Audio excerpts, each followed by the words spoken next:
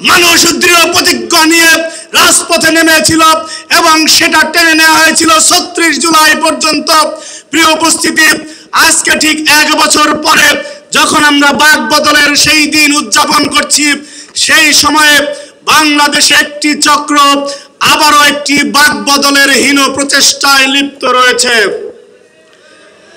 সেদিন বাক বদল হয়েছিল বাংলাদেশের গণতন্ত্রের পক্ষে, আর আজকে বাক বদলের হীন প্রচেষ্টা হচ্ছে বাংলাদেশকে গণতন্ত্রকে নির্বাসনে পাঠানোর জন্য।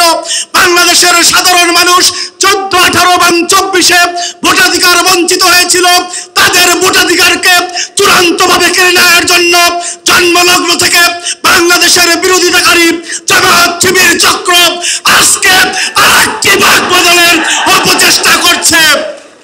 সুতরাং আমরা সেই বাক বদল হতে দেব না। জুলাইয়ে যেই প্রচন্ড ঐক্য নিয়ে দানবীয় স্বৈরাচারের বিরুদ্ধে সকল ছাত্র সংগঠন নেমে পড়েছিল, তারা সবাই ইস্পাত কঠিন ঐক্য রেখে আমরা বাংলাদেশে গণতন্ত্রের বিরুদ্ধে আর কোনো বাক বদল হতে দেব না। প্রিয় উপস্থিতি, আমরা তাদের কাছ থেকে অনেক বড় বড় আলাপ শুনি, বড় বড় কথাবার্তা শুনি।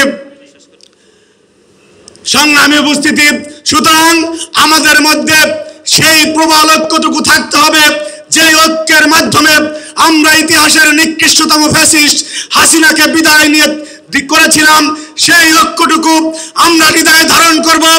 এই ঐক্য ৫৬,০০০ বর্গ মাইলের জন্য দরকার। এই ঐক্য যারা ৭১-এ রক্ত দিয়ে এই দেশকে স্বাধীন করেছিল তাদের জন্য দরকার। আমরা কোনোভাবেই বাংলাদেশে এমন কোন মব সন্ত্রাসকে সুযোগ দিব না, যেই মব সন্ত্রাসের মাধ্যমে একটি অরাজক পরিস্থিতি তৈরি করে বাংলাদেশের গণতান্ত্রিক ব্যবস্থা ডেমোক্রেসির পরিবর্তে মবক্রেসির দিকে চলে যায়। সেই বিষয়ে সবাইকে সচেতন হওয়ার আহ্বান জানিয়ে আপনাদের সবাইকে ধন্যবাদ জানিয়ে বক্তব্য